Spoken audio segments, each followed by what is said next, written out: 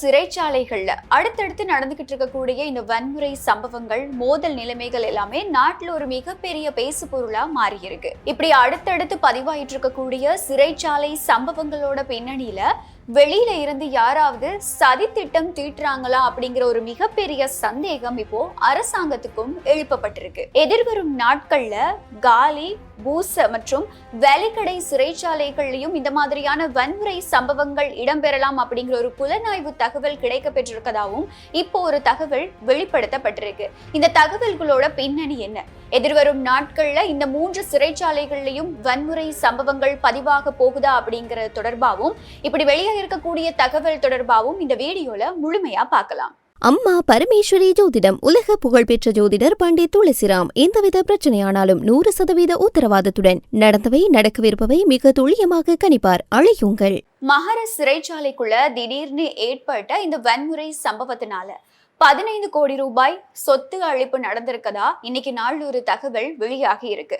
அதையும் தாண்டி சாத்தான், அசார், பட்டா அப்படின்னு சொல்லப்படக்கூடிய பாதாள உலக குழுக்களோட செயற்பாடுகள் தான் இந்த மகர சிறைச்சாலை வன்முறையில ஆரம்பமா இருந்திருக்கு அப்படிங்கிற ஒரு தகவலும் இன்னைக்கு நாள்ல வெளியாகி இருக்கு. மகர சிறைச்சாலைக்குள்ள திடீர்னு ஏற்பட்ட இந்த வன்முறை சம்பவத்துல கைதிகள் சில பேர் ஆயுதங்களை கையில் எடுத்து பயங்கரமான மோதல்ல ஈடுபட்டிருக்காங்க. ஆரம்ப நிலைமை இப்படிதான் இருந்திருக்கு. அதுக்கப்புறமா தான் இந்த நிலைமை கையமீறி போக சிறைச்சாலை அதிகாரிகள் அங்க இருந்த துப்பாக்கிகள், கத்திகள், அதையும் தாண்டி இந்த மருந்துகளை எடுத்துக்கிட்டு அவசரமா சிறைச்சாலைக்கு வெளியில ஓடி வந்திருக்காங்க.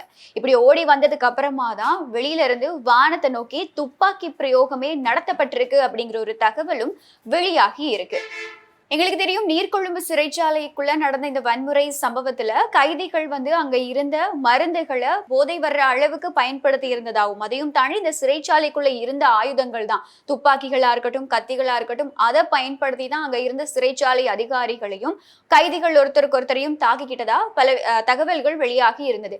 இப்படியான பின்னணியில இந்த மகர சிறைச்சாலைக்குள்ள ஆரம்பத்துல ஒரு வன்முறை ஆரம்பிக்கும் போதே, அதாவது ஒரு சின்னதா ஒரு மோதல் நிலை உருவாகும் போதே அங்க இருந்த சிறைச்சாலை அதிகாரிகள் இந்த ஆயுதங்களையும் மருந்துகளையும் எல்லாத்தையுமே எடுத்துட்டு தான் வெளியில வந்திருக்கதா இப்போ ஒரு தகவல் வெளியாகி இருக்கு. நீர்கொழும்பு சிறைச்சாலையில நடந்த அந்த அசம்பாவிதத்துக்கு காரணமா இருந்த பல விஷயங்கள் இந்த சம்பவத்துல தடுக்கப்பட்டிருக்கு அப்படிங்கிற ஒரு தகவலும், அது பாதுகாப்பு பிரிவினரோட ஒரு மிகப்பெரிய வெற்றியாவும் இந்த இடத்துல பார்க்கப்படுது. எது எப்படி இருந்தாலும் கூட இந்த மகர சிறைச்சாலை சம்பவத்துல ஒரு கைதி பரிதாபமா பலியாகி இருக்கதா தகவல்கள் வெளியாகி இருக்கக்கூடிய பின்னணியில 10 பேர் படுகாயம் அடைந்து ராகம வைத்தியசாலையில தீவிர சிகிச்சை பிரிவுல அனுமதிக்கப்பட்டிருக்கதாகவும் தகவல்கள் வெளியாகி இருக்கு. இப்படியான பின்னணியில இப்போ இந்த சம்பவம் தொடர்பா ஒவ்வொரு விஷயங்களும் வெளிப்படுத்தப்பட்டு இருக்கு. அதையும் தாண்டி அரசாங்க தரப்புல இருந்து பல அறிவிப்புகளும் வெளியாகிட்டு இருக்கு. இதுல இன்னொரு தகவல் முக்கியமா வெளிப்படுத்தப்பட்டிருக்கு. அது என்ன அப்படின்னு சொன்னா, நீர்கொழும்பு சிறைச்சாலை, மகர சிறைச்சாலை, இது ரெண்டையுமே தாண்டி எதிர்வரும் நாட்கள்ல காலி, பூச, வெலிக்கடை சிறைச்சாலைகளுக்குள்ளேயும் இந்த மாதிரியான வன்முறை சம்பவங்கள், அப்படி இல்லைன்னா கலவரங்கள் நடக்கிறதுக்கான வாய்ப்புகள் இருக்கு, அப்படி நடக்கும் அப்படிங்கிற ஒரு புலனாய்வு தகவல் இன்னைக்கு நாள்ல கிடைச்சிருக்கதாவும் தகவல்கள் வெளியாகி இருக்கு. இந்த கலவரத்துல மகர சிறைச்சாலைக்குள்ள நேர்ந்திருக்கக்கூடிய சொத்து சேதங்கள் மட்டுமே 15 கோடி ரூபாய்க்கும் அதிகம் அப்படின்னு சொல்லி அதிகாரப்பூர்வ தகவல்கள் வெளியாகி இருக்கு. இந்த காரணத்தினால மகர சிறைச்சாலைக்குள்ள புனரமைப்பு பணிகள் ஆரம்பிக்கப்பட்டிருக்கு. அப்படிங்கிறதுனால அடுத்த 3 நாட்களுக்கு கைதிகளை சந்திக்கிறதுக்கு பார்வையாளர்களுக்கு தடை விதிக்கப்பட்டிருக்கு. அது மட்டும் இல்லாம கலவரத்துல ஈடுபட்ட சாத்தான், அசார், பட்டா உள்ளிட்ட முக்கிய கைதிகளை அடையாளம் காணப்பட்டு அவசரமா 104 கைதிகள் பூச, வெலிக்கடை, பதுளி உள்ளிட்ட 7 சிறைச்சாலைகளுக்கு இடமாற்றப்பட்டிருக்கதாகவும் தகவல்கள் வெளியாகி இருக்கு. இப்போ இருக்கக்கூடிய கேள்வி என்ன அப்படின்னு சொன்னா, திடீர்னு சிறைச்சாலைக்குள்ள இவ்வளவு பெரிய ஒரு வன்முறை வெடிக்கணும் எதுக்காக? இதோட பின்னணியில இருக்கக்கூடிய காரணம் என்ன அப்படிங்கிறது தான். நேற்றைய நாளில் வெளியாகி இருந்த தகவல்களோட அடிப்படையில நீர்கொழும்பு சிறைச்சாலை அதிகாரி மகர சிறைச்சாலைக்கு இடமாற்றப்பட்டிருந்தாரு. அவர் ரொம்பவே ஒரு நேர்மையான அதிகாரி. இந்த சிறைச்சாலைகளுக்குள்ள போதைப் பொருள் கொண்டு வர்றதையும் அதையும் தாண்டி பல விஷயங்களை ரொம்ப கட்டுப்பாட்டுக்கு கீழே கொண்டு வந்திருந்த ஒரு அதிகாரி.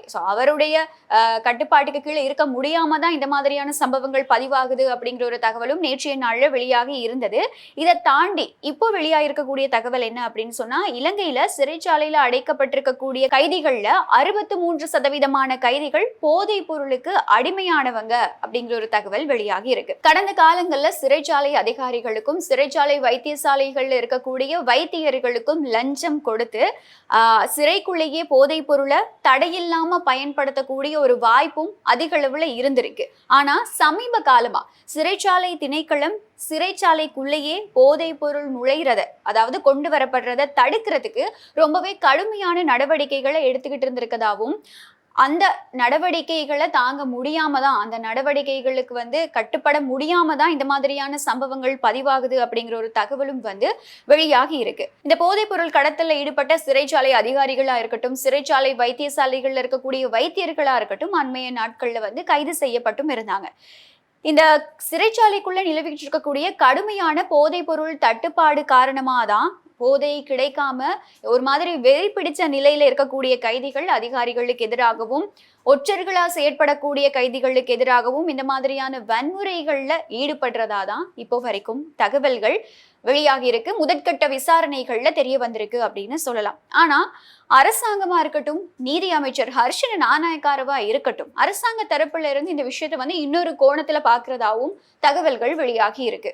நீதியமைச்சர் ஹர்ஷன நாணயக்கார ஊடகங்களுக்கு கருத்து தெரிவிக்கும் போது, இந்த அசம்பாவிதம் தொடர்பா தெளிவுபடுத்தும் போது, சிறைச்சாலைகள்ல எந்தவித காரணமுமே இல்லாம அடுத்தடுத்து இந்த மாதிரியான சம்பவங்கள் நடைபெறதுக்கு பின்னாடி வெளியில இருந்து யாராவது சதி திட்டங்களை தீட்டுறாங்களா அப்படிங்கிற ஒரு பலத்த சந்தேகம் நிலவிக்கிட்டு இருக்கு அப்படின்னு சொல்லி ஒரு விஷயத்த சொல்லியிருக்காரு. அதாவது சிறைச்சாலைகள் அமைப்ப ஒட்டுமொத்தமா சீர்குலைக்க வெளியில இருக்கக்கூடிய பாதாள உலக மாஃபியாக்களா இருக்கட்டும், இந்த மாதிரியான வன்முறைகள்ல தூண்டி விடுறாங்களா அப்படிங்கிற கோணத்துல போலீஸ் திணைக்களம் விசாரணைகளை ஆரம்பிச்சிருக்கு அப்படின்னு தான் சொல்லப்படுது. போலீஸ் திணைக்களம் மட்டும் கிடையாது, இப்போ இந்த சம்பவங்கள்ல குற்றப்புலனாய்வு திணைக்களமும் சேர்ந்து விசாரணைகளை தீவிரப்படுத்தி இருக்கு. இதையும் தாண்டி இப்போ முதல்ல நான் பேசியிருந்த மாதிரியே இந்த சம்பவங்கள் தொடர்பா நீர்கொழும்பு சிறைச்சாலை வன்முறையா இருக்கட்டும், மகர சிறைச்சாலை சம்பவமா இருக்கட்டும், இதுக்கு அடுத்து மிக முக்கியமான புலனாய்வு தகவல் வெளியாகி இருக்கு. இந்த புலனாய்வு தகவல்ல என்ன சொல்லப்பட்டிருக்கு அப்படின்னு சொன்னா, இந்த நீர்கொழும்பு சிறைச்சாலையா இருக்கட்டும், மகர சிறைச்சாலை சம்பவமா இருக்கட்டும், இது ஒன்றும் முதலாவது சம்பவமும் இரண்டாவது சம்பவமும் கிடையாது. இதுக்கு அடுத்து காலி, பூச, வெலிக்கடை சிறைச்சாலைகள்லயும் இந்த மாதிரியான வன்முறை சம்பவங்கள், அப்படி இல்லைன்னா கலவரங்கள் தூண்டப்படும், நடக்கப்படும் அப்படிங்கிற ஒரு புலனாய்வு தகவல் இப்போ கிடைக்க பெற்றிருக்கு. உளவுத்துறை மூலமா இந்த எச்சரிக்கை விடுக்கப்பட்டிருக்கு அப்படிங்கிறதுனால இந்த ஒரு தகவல் இப்போ ரொம்பவே பரபரப்பை ஏற்படுத்தி இருக்கு அப்படின்னு சொல்லலாம். ஆகவே அரசாங்கமும் கூட இந்த உளவு தகவல் தொடர்பா ரொம்பவே அவதானமா செயற்பட்டு இருக்கிறது மட்டும் இல்லாம பாதுகாப்பு பிரிவினரை தீவிரப்படுத்தி இருக்கதும் தாண்டி இந்த சம்பவங்கள் தொடர்பா வெளியாயிருக்கக்கூடிய தகவல்கள் தொடர்பா அதிகமான அவதானம் எடுக்கப்பட்டிருக்கு அப்படிங்கிற ஒரு விஷயத்தையும் இந்த இடத்துல சொல்லியே ஆகணும். இந்த விஷயங்களை வெளியாயிருக்கக்கூடிய இன்னொரு முக்கியமான பிரச்சனை என்ன அப்படின்னு சொன்னா, இலங்கை சிறைச்சாலைகள்ல நிலவிக்கிட்டு இருக்கக்கூடிய இட நெருக்கடி.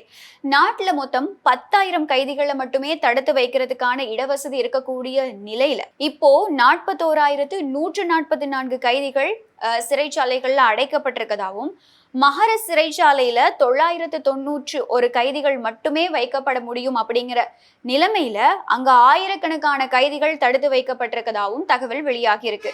காலி சிறைச்சாலையில் எல்லாமே கொள்ளளவை விட 9 மடங்கு அதிகமான கைதிகள் இருக்காங்க அப்படிங்கிற ஒரு தகவலும் வெளியாகி இருக்கு.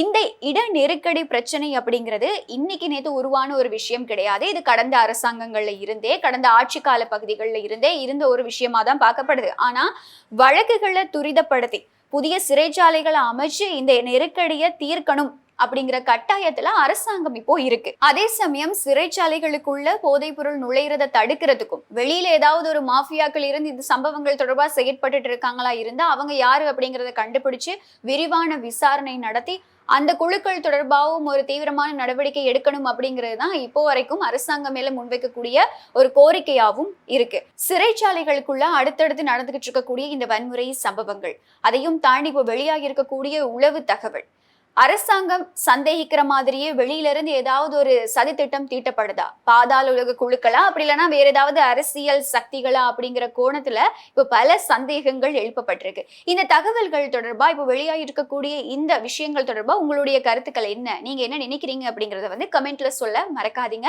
இந்த மாதிரியான தகவல்களை உடனுக்குடனே தெரிஞ்சுக்கொள்ள எங்களுடைய சேனலை சப்ஸ்கிரைப் பண்ணவும் மறக்காதீங்க. மறுபடியும் இன்னொரு வீடியோவில் சந்திக்கலாம். அம்மா பரமேஸ்வரி ஜோதிடம் உலக புகழ்பெற்ற ஜோதிடர் பண்டிட் துளசிராம். எந்தவித பிரச்சனையானாலும் 100% உத்தரவாதத்துடன் நடந்தவை நடக்கவிருப்பவை மிக துல்லியமாக கணிப்பார். அழையுங்கள்.